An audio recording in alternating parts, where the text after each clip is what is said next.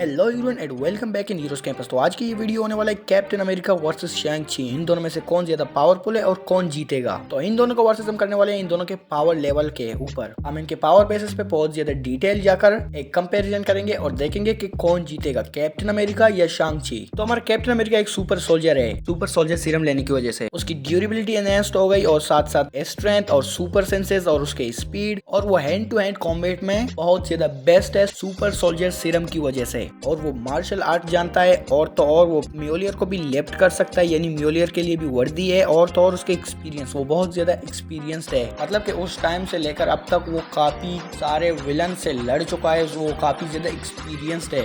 और हाँ, उसका विल पावर, वो हार मानने वालों में से नहीं है। मतलब वो लिटरली थैनोस के पूरे आर्मी के सामने अकेला ही चल दिया था। ऐसे लोगों को हराना तो और ज्यादा मुश्किल होता है। और अब बात करते हैं शैंग-ची के ऊपर। वैसे शैंग-ची एक नॉर्मल ह्यूमन है, वो कोई सुपर सोल्जर नहीं है, वो आम इंसान है। बट उसकी जो ट्रेनिंग हुई है वो बहुत ज्यादा अच्छी हुई है। मतलब वो वेन वू का बेटा है। वेन वू कई 100 सालों से लड़ता आ रहा है और उसने अपने सभी के सभी फाइटिंग स्किल शैंग-ची को एज अ ट्रेनिंग देकर सिखाया है। वो हैंड टू हैंड कॉम्बैट में बहुत ज्यादा फास्ट है, इतना फास्ट है कि कैप्टन अमेरिका से भी ज्यादा फास्ट है। मतलब उसे बचपन से बस एक किलिंग मशीन बनाया गया है, उसे इस तरह ट्रेनिंग दिया गया है। बचपन से लेकर पता नहीं अब तक वो कितना एक्सपीरियंस्ड होगा, वो कितना ट्रेनिंग ले चुका होगा। और वो अपने माँ का गांव यानी तालाव, वहाँ के भी फाइटिंग स्किल्स को जानता है, जो ड्रैगन्स फाइट स्किल्स हम उन्हें कह सकते हैं। जिनमें से एक पावर ऐसा है कि वो हवा को मैनिपुलेट कर सकता है, जिसका यूज करते हुए उसने अपने फादर को हराया था। और उसके 10 रिंग्स, मतलब अभी उसके पास 10 रिंग्स हैं। तो चलो अब इन दोनों की फाइट करवाते हैं। तो अगर फाइट स्टार्ट हो हैंड टू हैंड कॉम्बैट से, तो शैंग-ची जैसे कि मैंने पहले ही बोला था कैप्टन अमेरिका से बहुत ज्यादा फास्ट है। वो कैप्टन अमेरिका से बहुत ज्यादा फास्ट होने की वजह से कैप्टन अमेरिका को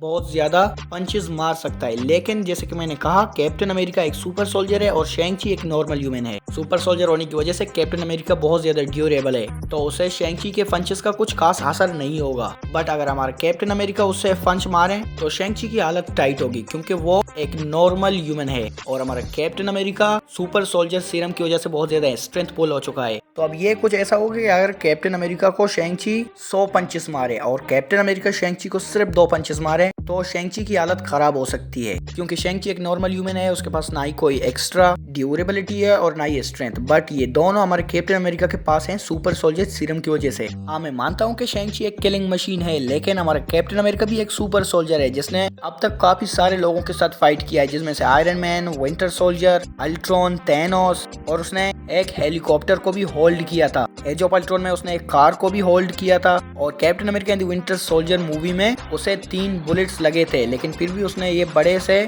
लोहे को आराम से उठा लिया था। मतलब कैप्टन अमेरिका बहुत ज्यादा स्ट्रेंथफुल है और शैंग-ची ड्यूरेबल नहीं है, जो कि कैप्टन अमेरिका को एक प्लस पॉइंट देता है। मतलब कैप्टन अमेरिका जब भी उस पर अटैक करेगा तो शैंग-ची कमजोर से कमजोर होता जाएगा। अब बहुत हो गया कैप्टन की बातें, हमारे शैंग-ची ने भी चूड़ियां नहीं पहन रखी, एक सेकंड, पहन रखी है। मतलब नॉर्मल से थोड़ा आगे जाते हैं डिटेल में। शैंग-ची के पास 10 रिंग्स हैं और 10 रिंग्स होने की वजह से शैंग-ची की ड्यूरेबिलिटी और स्ट्रेंथ दोनों बढ़ जाएंगी। तो जब अगर हम लोग शैंग-ची को उसके 10 रिंग्स दे रहे हैं, तो ये भी मत भूलो कि कैप्टन अमेरिका म्योलियर को लेफ्ट कर सकता है। तो अब इन दोनों का फाइट बहुत ज्यादा एक्सट्रीम लेवल पे चलेगा। 10 रिंग्स एक बहुत ज्यादा एडवांस और पावरफुल वेपन है, जिनका यूज करके शैंग-ची ने एक बहुत बड़े से ड्रैगन को हराया था। और सॉरी, इसका नाम मैं भूल गया हूँ। और ये 10 रिंग्स वेन वू के पास कई 100 सालों से हैं, जिनका यूज करके वेन वू ने कई साम्राज्यों को अपने कब्जे में किया था। जैसे कि शैंग-ची के मूवी के स्टार्टिंग में हमने देखा था कि शैंग-ची के फादर जो हैं वो एक साम्राज्य को हड़पने के लिए आते हैं और वो सिर्फ और सिर्फ अपने 10 रिंग्स की मदद से उस पूरे के पूरे साम्राज्य के आर्मी को एक साथ खत्म कर देते हैं। मतलब सिर्फ और सिर्फ 10 रिंग्स को यूज करके। तो इस चीज से हम अंदाजा लगा सकते हैं कि 10 रिंग्स कितने ज्यादा पावरफुल हैं। बट हमारा म्योलियर भी कम नहीं है, उससे आप लाइटिंग को कंट्रोल कर सकते हो। और कैप्टन अमेरिका ने उसे एंड गेम में बहुत ही अच्छी तरीके से यूज किया था। और म्योलियर को तो हम काफी टाइम से देखता आ रहे हैं कि उससे क्या क्या किया जा सकता है। तो अगर कैप्टन अमेरिका म्योलियर्स को लेकर लड़े और शैंग-ची अपने 10 रिंग से, तो यहाँ पर शैंग-ची हार जाएगा और हमारा कैप्टन अमेरिका भारी पड़ जाएगा शैंग-ची के ऊपर। यार ऑब्वियस सी बात है, हमारा म्योलियर 10 रिंग्स को ओवर पावर कर लेगा, इतना तो मुझे लगता है। तो इस हिसाब से हमारा क्लियर विनर होगा हमारा कैप्टन अमेरिका। इसके बारे में आप लोगों को क्या लगता है कमेंट करके जरूर बताएं। और आपको ये वीडियो पसंद आया तो चैनल को जरूर से सब्सक्राइब करें, वीडियो को लाइक करें और इस वीडियो को अपने दोस्तों के साथ भी जरूर शेयर करें। और हाँ, कमेंट में ये भी बता दो कि नेक्स्ट वर्सेस किसका करना है, मैं उस पर एक वीडियो बनाऊंगा। तो मिलता हूँ आपसे नेक्स्ट वीडियो में, तब तक के लिए अपना ख्याल रखें।